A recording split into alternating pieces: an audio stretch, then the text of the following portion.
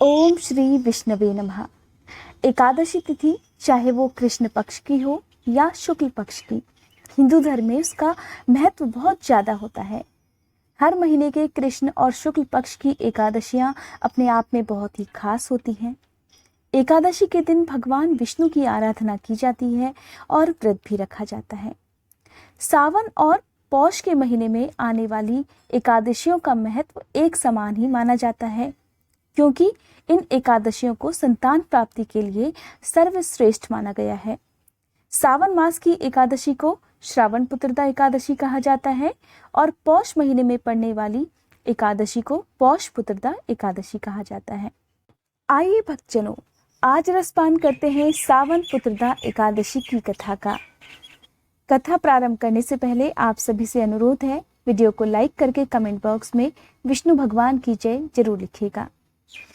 इस कथा का रसपान करने के लिए आपको लिए चलते हैं महाभारत काल के समय, जहां धर्मराज युधिष्ठिर ने भगवान श्री कृष्ण से पूछा, हे प्रभु, आपने मुझे सावन मास के कृष्ण पक्ष की एकादशी के बारे में बताया।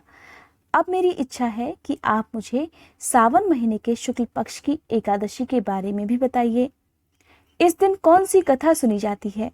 कृपा करके मुझे आज वो कथा भी सुनाइए। तब धर्मराज युधिष्ठिर की बात सुनकर भगवान कृष्ण उनसे कहने लगे, हे धर्मराज युधिष्ठिर, सावन शुक्ल एकादशी को पुत्रदा एकादशी कहा जाता है। अब मैं जो कथा तुम्हें सुनाने जा रहा हूं, इसे सुनने के बाद तुम इसके महत्व को स्वयं ही समझ सकोगे। बात बहुत समय पहले की है, लगभग द्वापर युग के प्रारंभ की। तब महिष्मती नाम की एक नगरी हुआ करती थी, जिसमें एक बहुत ही नेमी धर्मी राजा महिजीत का राज्य था। राजा अपनी प्रजा को पुत्र की तरह प्रेम से रखता था। उनकी सुख सुविधाओं का, न्याय का, ब्राह्मणों के सम्मान का, दान पुण्य का उसे भली प्रकार से ज्ञान रहता। उसके राज्य में सब कुछ अच्छे से चल रहा था, लेकिन राजा के विवाह के कई वर्ष बीत जाने के बाद भी उसकी अपनी कोई संतान नहीं थी, और यही बात राजा महिजीत को अक्सर परेशान किया करती थी।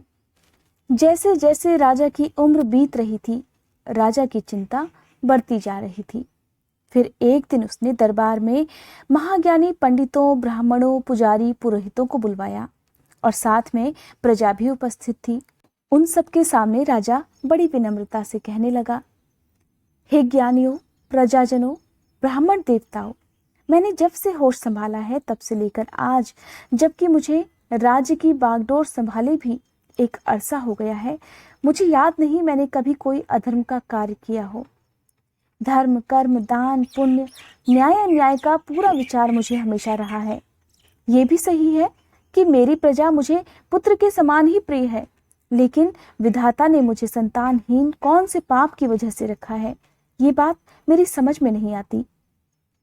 प्रजा भी राजा के यहाँ संतान न होने से दुखी तो पहले ही थी, लेकिन राजा के इस प्रकार अपना दुख व्यक्त करने से वो और भी ज्यादा द्रवित हो गई। सभी लोगों की आंखों से आंसुओं की धारा प्रवाहित होने लगी।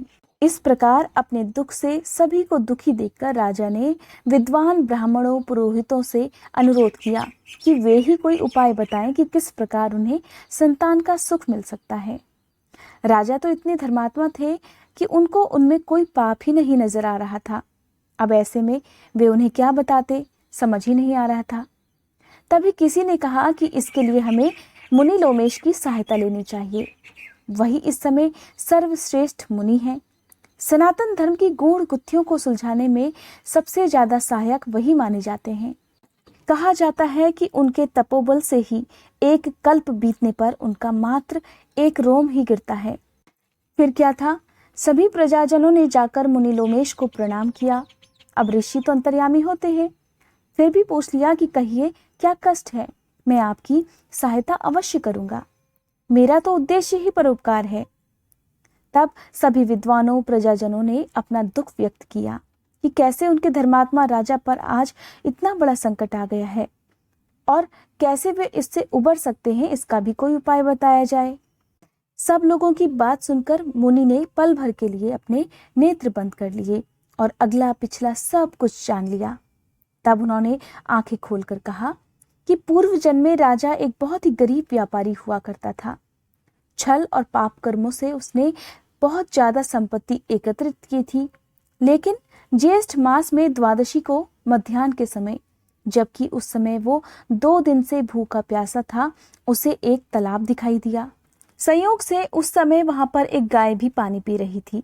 तब उसने उस गाय को वहां से हटाकर खुद पानी पी लिया। इस प्रकार अनजाने ही एकादशी का व्रत पूरा करने से वो अपने अगले जन्म में राजा बना। लेकिन प्यासी गाय को जल पीने से रोकने के लिए उसे आज संतानहीनता का दुख झेलना पड़ रहा है। ये बातें जानकर सभी लोग बहुत दुखी हो गए और कहने लगे, हे मुनिवर, हर पाप के प्रायश्चित का रास्ता भी आप जैसे पहुंचे हुए मुनिवर को पता होता है। कृपया करके हमें कोई ऐसा उपाय बताइए जिससे हमारे राजा का संकट दूर हो सके। तब मुनि ने कहा कि एक रास्ता है। अगर सभी प्रजाजन मिलकर सावन शुक्ल एकादशी, जो कि पुत्रदा एकादशी होती है, उस दिन उपवास रखकर रात्रि में जागरण करें और अगले दिन पारण कर इसका पुण्य अगर राजा को दे दें तो बात बन सकती है।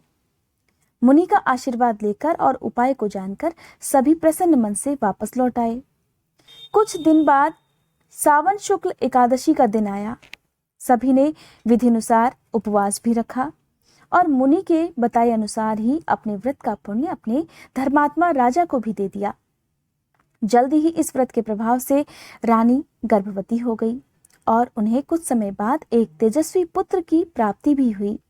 इस प्रकार सावन महीने की पुत्रदा एकादशी के व्रत के प्रभाव से राजा को संतान का सुख प्राप्त हुआ। ऐसा माना जाता है कि सावन शुक्ल एकादशी के दिन जो भी भक्त इस कथा को सुनता है या दूसरों को सुनाता है, उनके सभी पापों से मुक्ति मिल जाती है और इस लोक में सभी सुख भोग कर अंत समय में उन्हें मोक्ष की प्राप्ति होती है। भक्तजनों, ये थी आज की कथा। अगर आपको आज की ये वीडियो अच्छी लगी हो तो मेरे चैनल को सब्सक्राइब करना मत भूलिएगा।